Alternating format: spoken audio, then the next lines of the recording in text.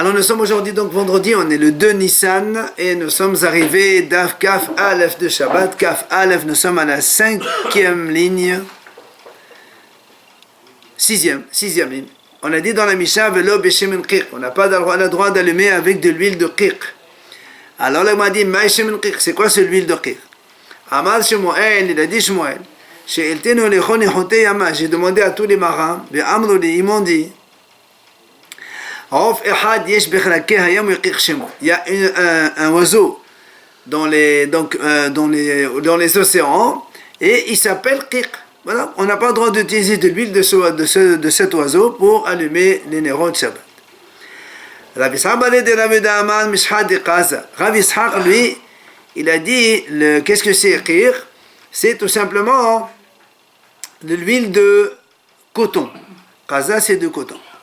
Rish Lakish il a dit, c'est un petit peu cet arbuste que Yona il a vu, donc, et on n'a pas le droit d'utiliser l'huile de cet arbre-là. Rabba Bahana, il a dit comme ça, il a dit des Hazil, et moi j'ai vu que Yona, cet arbuste-là, il ressemble à un Tslouliva, un arbre qui s'appelle Tslouliva. On m'a passé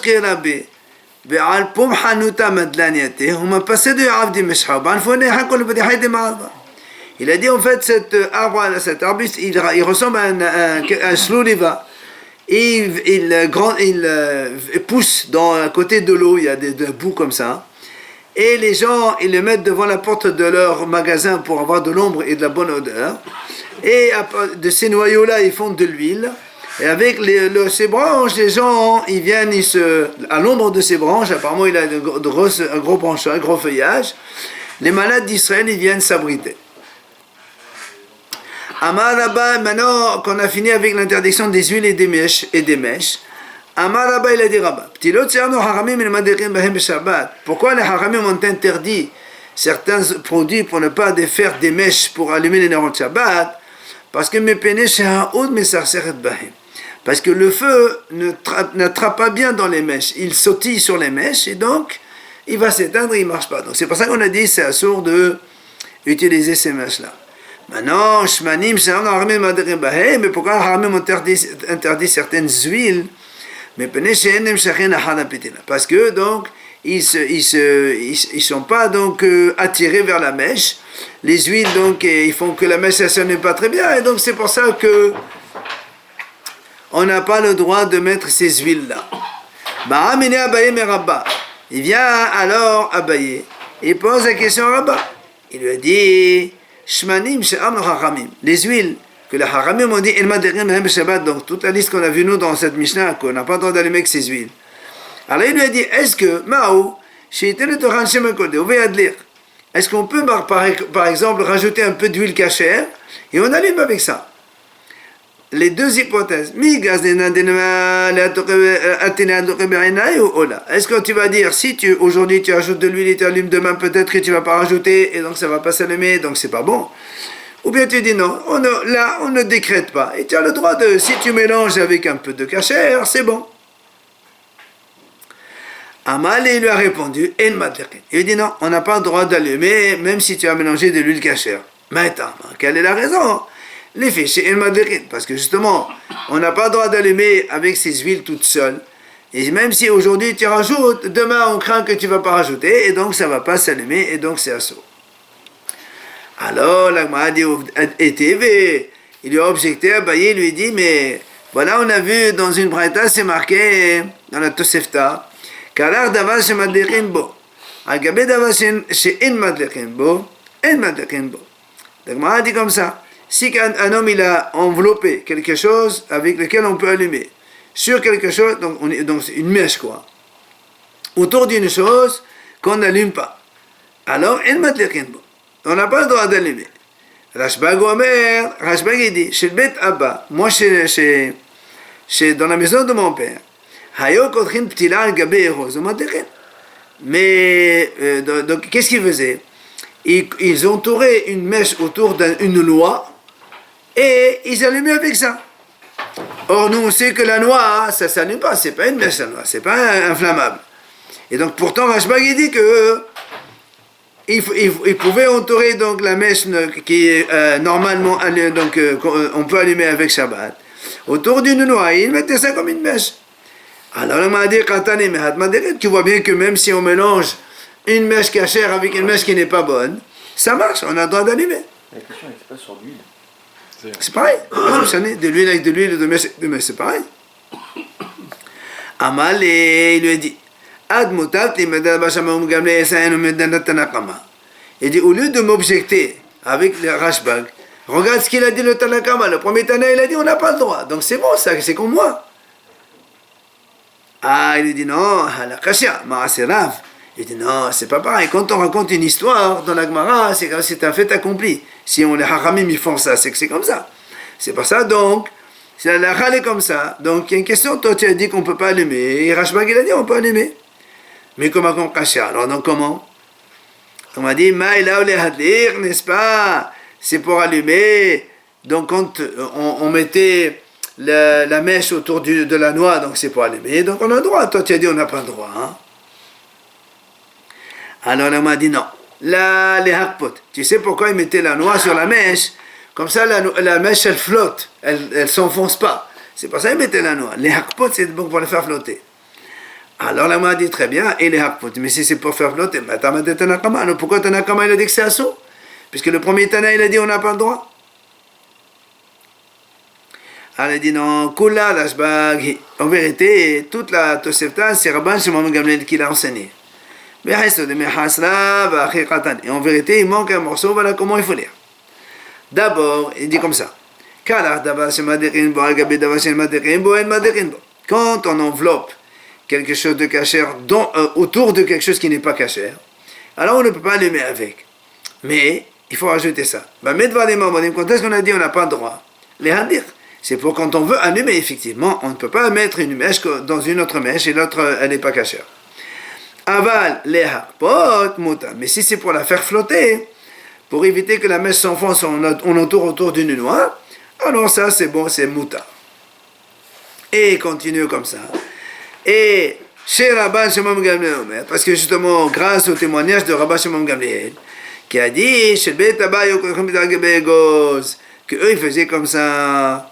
Donc, maintenant, on n'a plus de questions, puisqu'on a réparé donc la Tosefta, que c'est un seul auteur Rashba qui parle, et c'est lui qui dit que pour allumer ça, mais pour faire flotter, c'est moutar. Alors bien là, m'a posé une question, Ini, comment tu peux me dire ça?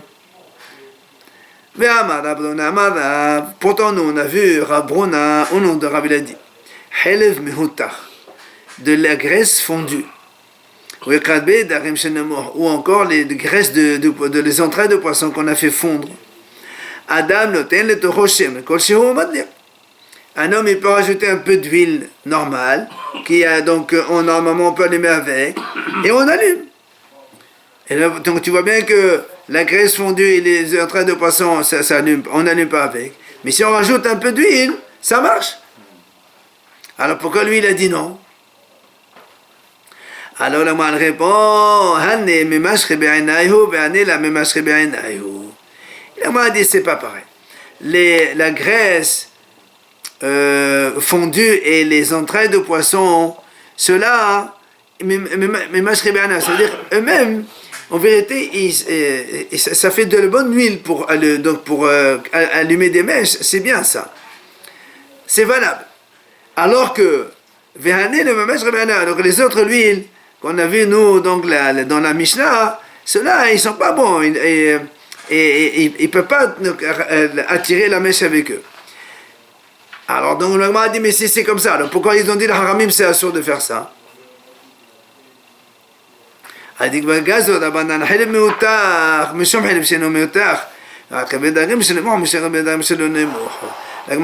parce que les haramim en fait ils ont fait etc. Ils ont dit, si on permet d'utiliser la graisse helev mehutar fondue, nous on a vu dans la Mishnah que la graisse interdite elle-même c'est assourd. Alors comme les haramim ils ont dit, comme la graisse non fondue, elle est interdite, alors on fait xéra sur la graisse qu'on a fait fondre. La même chose, les entrailles de poisson, donc on a pris de l'huile qu'on a fait fondre, à cause des entrailles de poisson qui n'ont pas fondu. Et c'est pour ça que ceux-là, en vérité, c'est des bonnes huiles. Mais les haramim ont fait exéra à cause du halèv qui n'est pas fondu, ou à cause des entrailles de poisson qu'on n'a pas fait fondre, que eux, ils sont assourds. Alors on fait exéra, même le halèv qu'on a fondu, on n'a pas le droit. Ah, l'agma a dit dans ces cas-là, l'exonami halèv meotar verebedam shenemon shenatan tochan shemen, mishum halèv meotar verebedam shenemon shenatan tochan shemen. L'agma a dit, alors pourquoi on ne fait pas l'exéra que la graisse fondue, ou donc la graisse interdite fondue, ou les entrailles de poisson fondues, que cela, puisque nous on a dit, si on a rajouté de l'huile là-bas, c'est moutard. Alors pourquoi tu décrètes pas que si tu utilises la graisse fondue toute seule, ou les entrailles de poisson fondues toutes seules, ça devrait être interdit aussi? Alors là, on m'a dit non. Tu ne peux pas faire deux xérotes. Parce que déjà, normalement, la graisse fondue, c'est assourd. La graisse normale, graisse interdite normale des animaux, on a dit c'est assourd. Alors, Haramim, il décrète. Même si tu fais fondre cette graisse, c'est assourd quand même. Maintenant, on ne peut pas encore décréter. Même si tu rajoutes de l'huile, dans cette huile fondue, de la graisse fondue, c'est assourd. Donc ça fait deux xérotes, on ne fait pas deux xérotes. Tu peux mélanger. Ouais. C'est pour ça là-bas on a dit qu'on peut.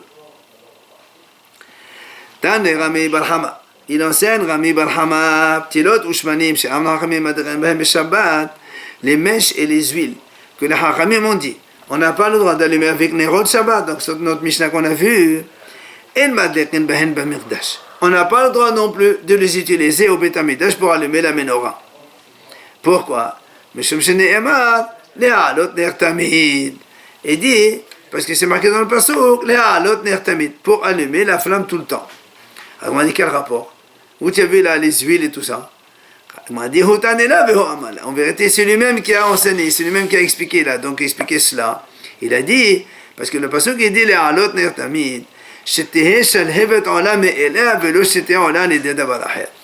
dit, parce que lui il explique comme ça. Quand on a dit les ha'alot ner tamid, c'est-à-dire que la bougie de la menorah doit se monter, ça veut dire qu'il faut qu'elle monte toute seule. Il ne faut pas qu'elle soit par l'intermédiaire d'autres choses. Or, si tu utilises des huiles ou des mèches qui ne sont pas bonnes, bah, tu es obligé de bouger toujours pour que tu aies une bonne lumière. Et nous, on ne veut pas ça. On veut que la lumière soit claire, limpide depuis le début. C'est pour ça qu'on n'utilise pas toutes ces huiles et mèches qu'on a interdites pour Shabbat. Viens alors, l'agma pose une question.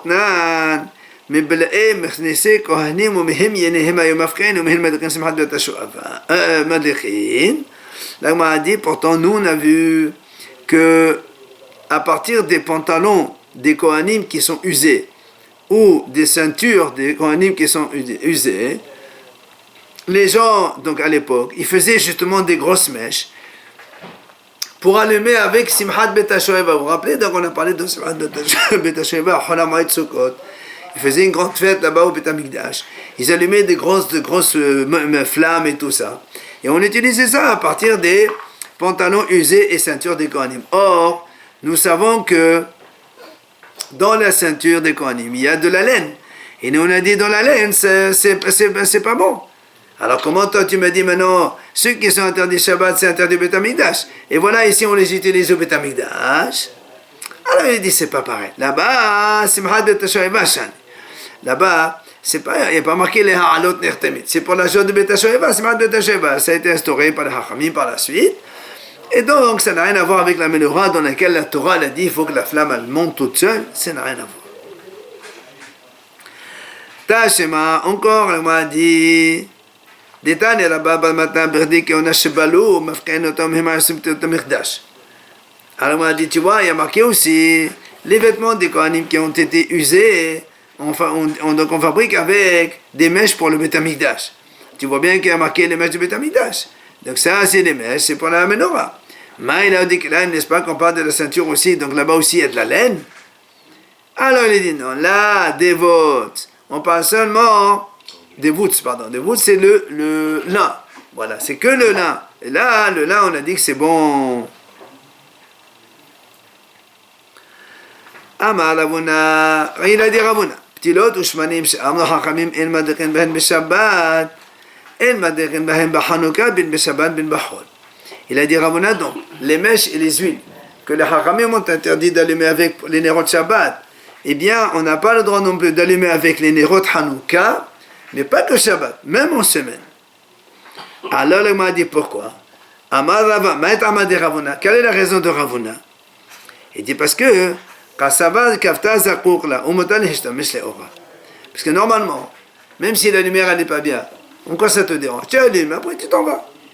Il dit non, parce que lui il pense, si elle s'éteint la Hanouka, il faut la rallumer. Donc si tu l'allumes et qu'elle ne s'allume pas, donc tu seras obligé de la rallumer tout le temps. Et il pense aussi, et on a le droit d'utiliser cette lumière. Ah, si tu as le droit d'utiliser, alors que nous on sait qu'on n'a pas le droit d'utiliser la lumière, on dit mais lui il dit non, on a le droit d'utiliser la lumière, de profiter de cette lumière de Hanouka. C'est pour ça que même Shabbat, c'est assourd. Sinon, il n'y aurait pas de problème Shabbat.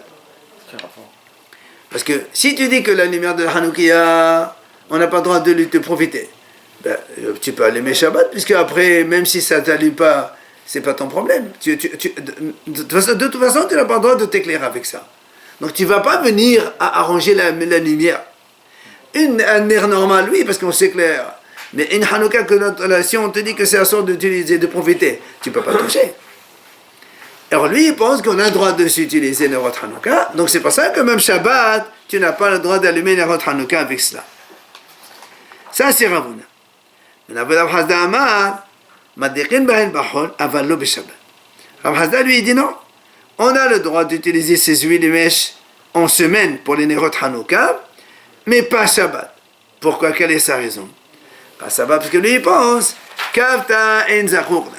Donc tu vois bien que si tu l'as allumé la Hanouka, après elle s'éteint, tu t'en fous, c'est pas un problème. Donc c'est pour ça ici aussi, lui, il a dit, Bahol, c'est Mouta.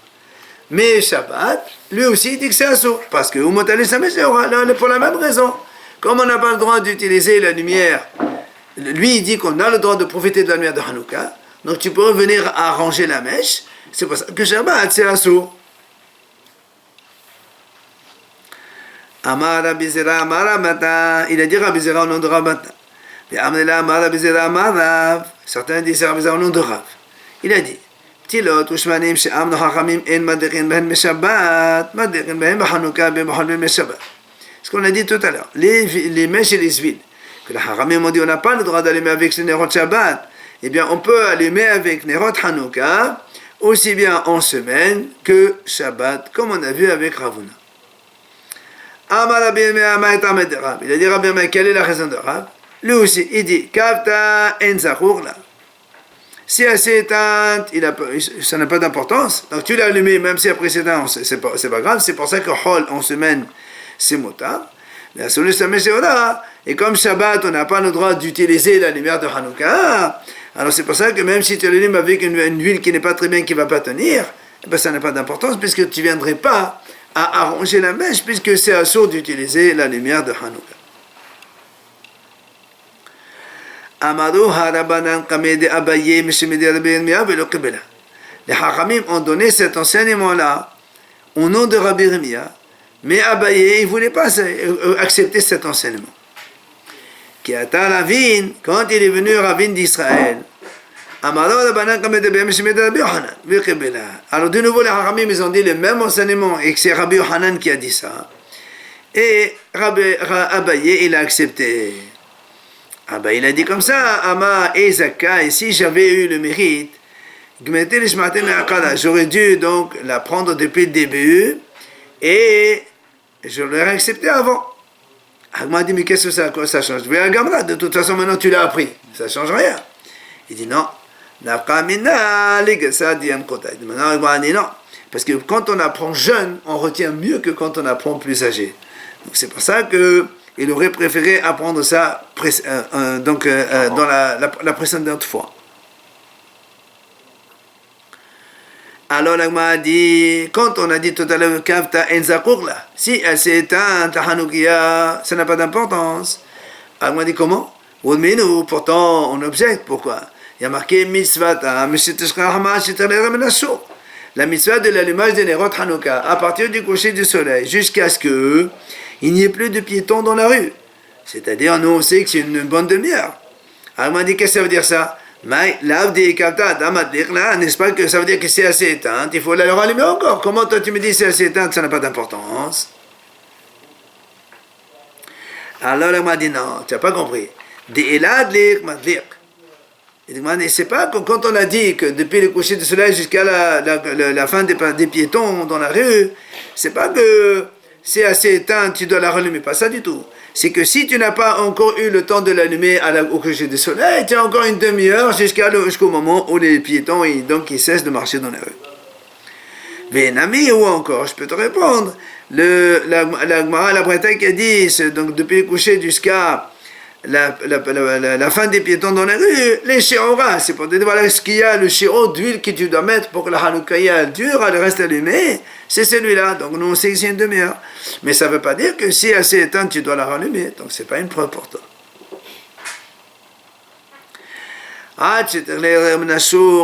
Il m'a dit quand on a dit maintenant, depuis le coucher de soleil jusqu'à la fin des piétons dans les rues, je sais combien tout ça, il m'a dit. Amar Rabba Barhana. Il a dit Rabba Barhana.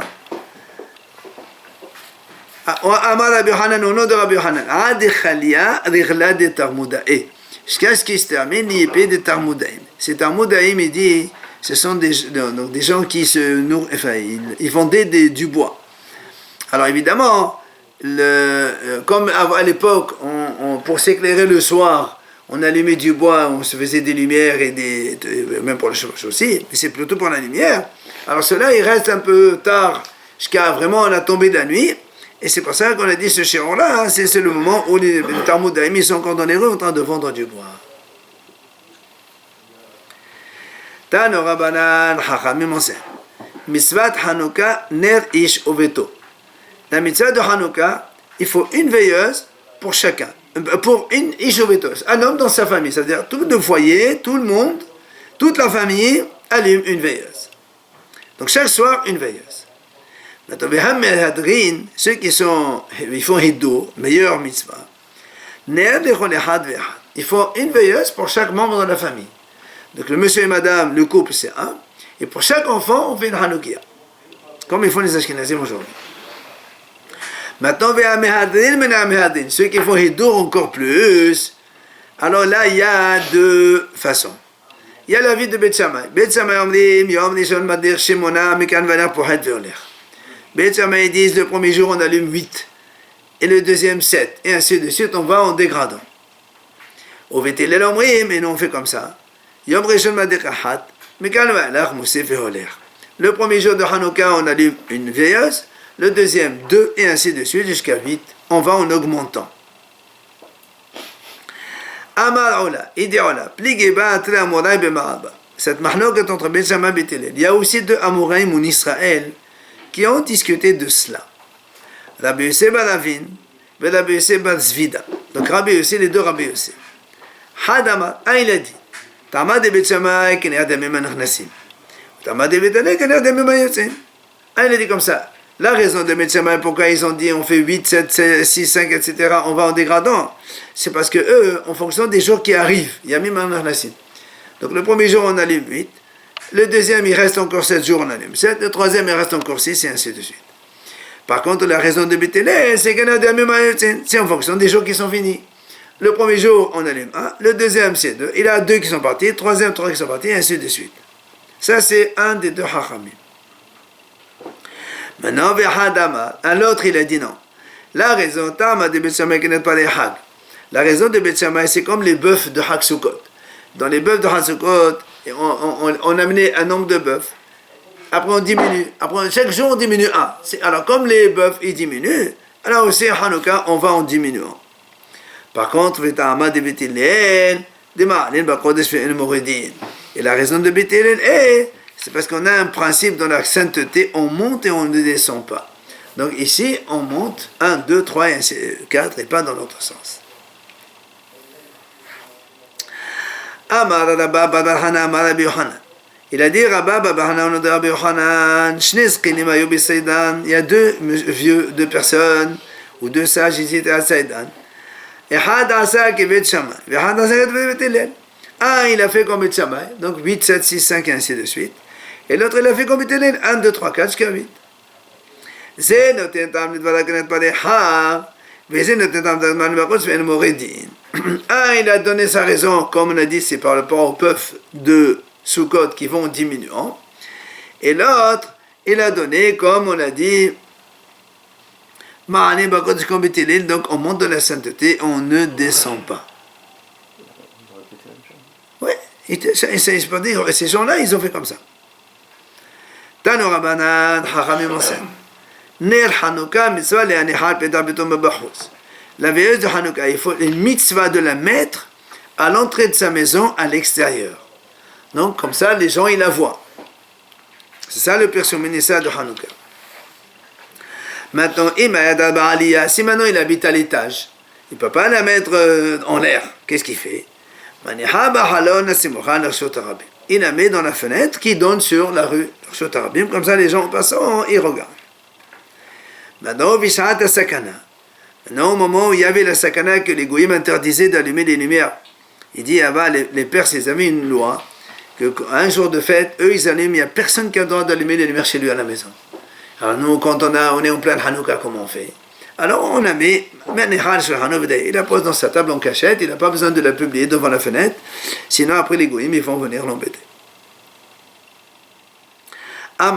Il a dit, et quand il a mis comme ça à la maison à l'intérieur, il est obligé de mettre une autre veilleuse pour s'éclairer, pour marcher, parce que s'il s'éclaire à la lumière de Hanouka, nous on a dit Hanouka, on n'a pas le droit d'utiliser les routes Hanouka. Maintenant, là, ça dire. Si maintenant il a déjà une cheminée avec une grosse flamme qui fait de la lumière, alors il n'a plus besoin de faire une autre veilleuse pour s'éclairer, parce que c'est ça qui fait l'éclairage. Hein? Oui, bon, aujourd'hui on fait ça. Maintenant, si c'est un homme important et que normalement il ne s'éclaire pas avec des grosses cheminées comme ça, enfin, même s'il y a une cheminée, une grosse flamme, eh bien il fait quand même une deuxième bougie parce que lui, c'est pas son kavod de s'éclairer avec Médora. Alors, l'agma dit, Maï Hanouka, c'est quoi Hanouka? Alors, l'agma raconte, Haramim enseigne, Bekafé Bekeslev, Yomeda Hanouka, Tmenia et Nun, le 25 Kislev, commence les jours de Hanouka et qui sont au nombre de 8. Ces 8 jours de Hanouka, de là les Mespat Behon, ou de là les Hitanot Behon, ni on a le droit de faire des oraisons funèbres, ni on n'a pas le droit de jeûner non plus. Pourquoi? Il dit, quand les Grecs, ils ont donc attaqué le Beth Amikdash et les Juifs, ils sont arrivés au Beth Amikdash. Ils ont rendu impures toutes les huiles qu'il y avait dans le Beth Amikdash.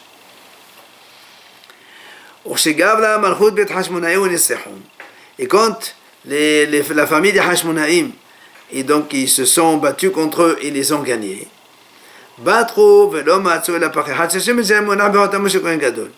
ils ont cherché dans tout le Beth Amikdash. Ils n'ont trouvé qu'une seule fiole qui avec de l'huile d'olive et qui était scellée par le sceau du Kohen Gadol. Et cette fiole-là n'avait la possibilité d'allumer qu'un seul jour.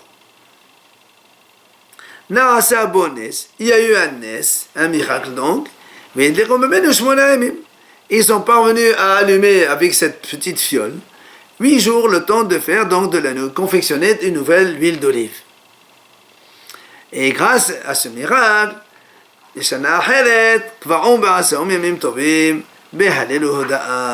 l'année d'après, ils les ont fixés comme donc 8 jours de fête. C'est le fait que seulement Haled, donc louange à Hachem, Behoda'a et remerciement à Hachem. Donc ça c'est un peu l'histoire de Hanouka. Maintenant, l'Agma dit, Nanata, il y a une Mishnah dans Baba Kama, là-bas c'est marqué, Getz hayotze metahat apatish, ve'asa ve'ezir hayab. Si un forgeron il est en train de donc taper avec le marteau, et il y a une étincelle qui sort, et l'étincelle va faire du dommage, va causer un dommage, va brûler quelque chose. Alors il est hayab, le monsieur propriétaire, il est hayab, le forgeron. Ou encore, Gamal shetaron pishtan. Si on a un chameau qui est chargé de tissu donc sur son dos, il marche comme ça tranquillement dans Arshot-Arabim, il y a des gros rouleaux de lin sur le chameau. Et en passant, le lin, il est rentré un petit peu à l'intérieur du magasin, puisqu'il y avait des magasins sur la rue. Et dans le magasin, il y avait la veilleuse du commerçant qui était allumée.